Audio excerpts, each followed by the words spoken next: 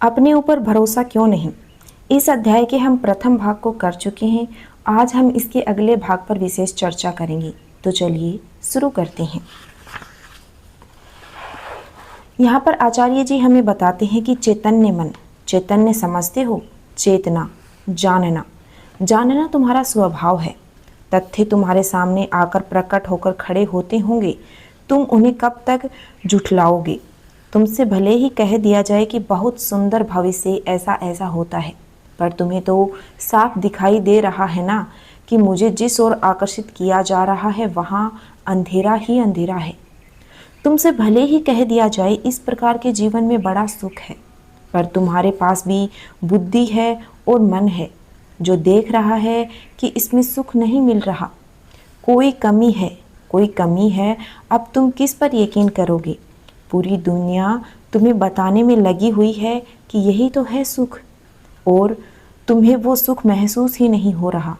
तो कई बार तुम्हें अपने ऊपर संदेह होगा कि शायद मुझ में ही कोई खोट है। सब तो खुश रहते हैं, ऐसे ही है, मैं क्यों बेचैन रहता हूँ। कई बार तुम्हें दुनिया पर संदेह होगा कि लोग जो बता रहे हैं वो मामला ज़रा गड़बड़ है, और तुम जानोगे ही नहीं कि कहाँ जाऊँ और कहाँ को ना जाऊँ।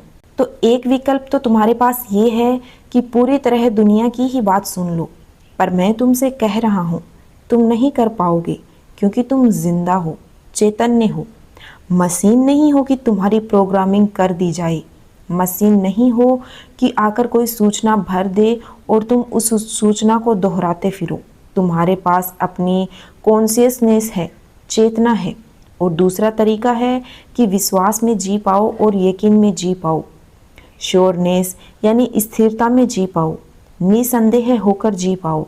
दूसरा तरीका है कि छोड़ ही दो दुनिया की बात को और कहो, हमारे पास आंखें हैं, देख सकती हैं, और हमारे पास बुद्धि है जो विश्लेषण कर सकती है, और बोध हमारा स्वभाव है, हम जान सकते हैं। इन्हीं दो विकल्पों में से कोई एक विकल्प तुम्हें चुनना होगा।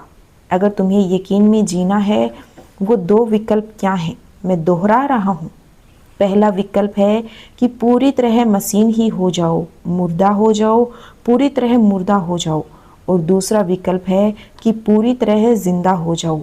आधा अधूरा नहीं चलेगा, तुम आधे अधूरे हो। तुम ऐसी मशीन हो जो थोड़ी बहुत जिंदा है, इसलिए तुम्हें इतना कष्ट है। या तो मर जाओ या पूरे मर जाओ, मशीन हो जाओ अगर हो सकते हो तो, या फिर पूरे जिंदा हो जाओ। बोलो क्या होना है तुम्हें? तो यहाँ पर श्रोतागण कहते हैं पूरी तरह जिंदा होना है।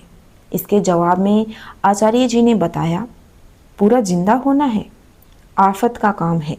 दुनिया पसंद नहीं करती उनको जो जिंदा हो जाते हैं पूरे तरीके से। खतरा उठाना है। सभी श्रोतागण मुस्कुराते हैं। उठाना है खतरा, ऐसे उठाओगे। पूरी तरह जिंदा होने का मतलब है कि हम नहीं जानते आपने हमें क्या बताया, हम नहीं जानते कि आज तक हमने क्या लिखा, पढ़ा और सुना। हमें अतीत की सूचनाओं को अपना पूर्वाग्रह नहीं बनने देना। हम बायस्ड, पूर्वाग्रही नहीं रहेंगे। हम नहीं कहेंगे कि इस बात का यही अर्थ है। हम नहीं मानेंगे कि ज़िंदगी तो ऐसी ही जी जानी चाहिए। हम नहीं मानेंगे कि जीवन में इस प्रकार की व्यवस्थाएं, आदर्श और नियम कायदे चलने ही चाहिए। हम ज़रा देखेंगे, हम ज़रा परखेंगे, क्योंकि अगर देखा परख नहीं की तो हम उसका अपमान कर रहे हैं जिसने हमें देखने परखने की शक्ति दी। अगर तुम्हें बनाने वाला यही चाहता है कि तुम चुपचाप सारी बातें मानते चलो, तो वो तुम्हें क्यों यह ताकत देता कि तुम विचार कर सको और समझ सको? बोलो, जल्दी बोलो। फिर तो तुम्हें विचार की ताकत ही नहीं दी जानी चाहिए थी ना। फिर तो समझ जैसी कोई चीज़ होनी ही नहीं चाहिए थी। बस संस्कार होने चाहिए थे कि संस्कारित कर दो, कंडीशन कर दो, खेल आगे बढ़ेगा। और तुम्हारे रचनाकार ने तुम्हारे मूल स्वरूप में तुम्हें यह ताकत दी है कि तुम जान सको, रट सको नहीं, याद कर सको नहीं, सुन सको नहीं, स्मृति ले सको नहीं, जान सको नहीं, स्वयं जान सको। तुम्हें यह ताकत दी गई है, तुम कहो मैं इसी ताकत में जीऊँगा। और मैं तुमसे कह रहा हूँ जो कुछ भी तुम्हारे पास ऐसा होगा जो तुम्हारे पास तुम्हारे जानने से आएगा, उस पर तुम्हें पूरा पूरा विश्वास रहेगा, पूरा पूरा विश्वास रहेगा। तुम यह शिकायत करोगे ही नहीं कि मुझे विश्वास की कमी रहती है।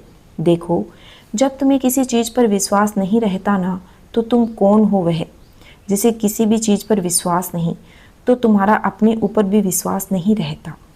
जब ज़िंदगी अपनी आँखों से देख जीने लगोगे तो अपने ऊपर यकीन आएगा कि मैं जी सकता हूँ अपने मुताबिक, मैं जान सकता हूँ अपने मुताबिक।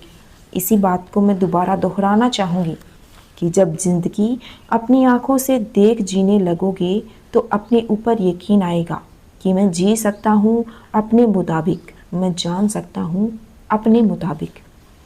अभी तो तुम्हारी हालत यह है कि तुमने कोई सवाल भी कभी हल किया नहीं, तो वो ठीक वैसे ही हल किया जैसे लिखा हुआ था कि पहला कदम, दूसरा कदम, तीसरा कदम और हैंड्स प्रूव्ड, यानी सिद्ध कर दिया। तुमने कभी दाएं या बाएं जाकर सवाल भी हल नहीं किया। मैं ज़िंदगी की बात नहीं कर रहा, मैं किताब और कागज़ की बात कर रहा हूँ। तुमने कागज़ पर भी आज तक ऐसा कुछ नहीं किया जो तुम्हारा अपना हो। कागज़ पर भी तुमने हमेशा वही उतारा जो दूसरों ने चाहा कि तुम लिख दो, ऐसा हुआ है कि नहीं हुआ, बोलो। अपना जब तुम्हारे पास कुछ है ही नहीं तो क्या शिकायत करते हो, हमें आत्मविश्वास ही नहीं रहता। इस भाग को हम यहीं पर समाप्त करते हैं। अगले भाग के लिए कमेंट कर देना। वीडियो पसंद आया हो तो वीडियो को लाइक कर देना। ऐसी ही आध्यात्मिक बातों के लिए हमारे चैनल को सब्सक्राइब कर लेना। धन्यवाद।